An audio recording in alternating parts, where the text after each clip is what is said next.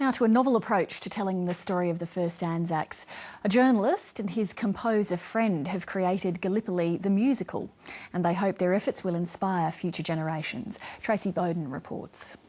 Just before 4:30 at the stirrings of dawn. It was a disastrous military campaign in which more than 8,000 Australians lost their lives.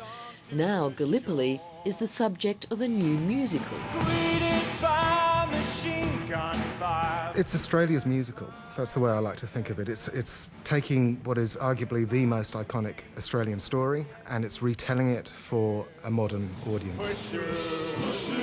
I thought that it could be a very high-risk business because if it wasn't done well, a lot of people could get offended.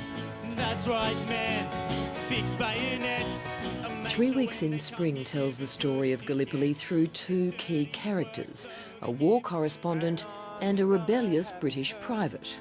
You say your name. Private Simpson, sir.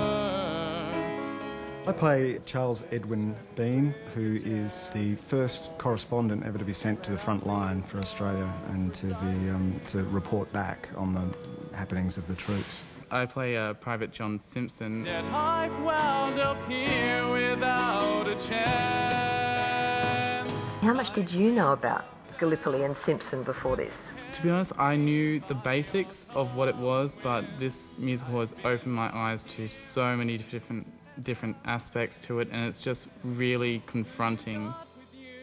It wasn't until Englishman Ian Gerard moved to Australia that he learnt of the role played at Gallipoli by John Simpson and his donkey.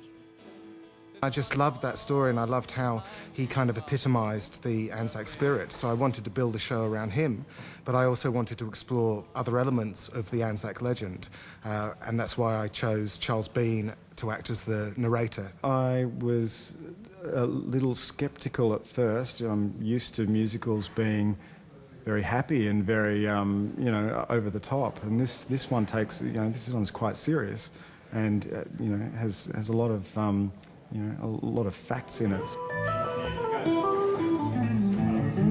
In this labour of love, almost everyone is playing multiple roles.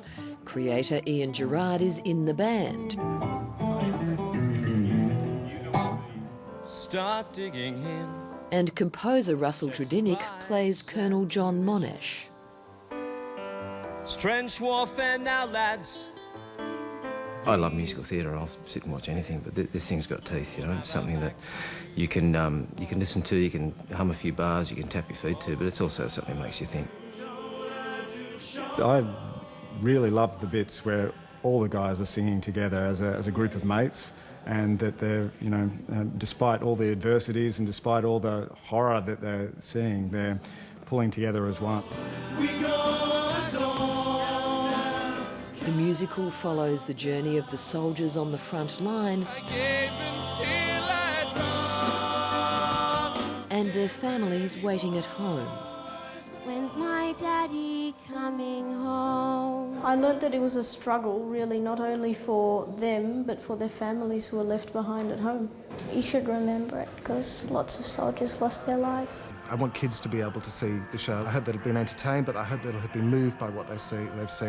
And I hope, they may even want to learn more about what the soldiers went through.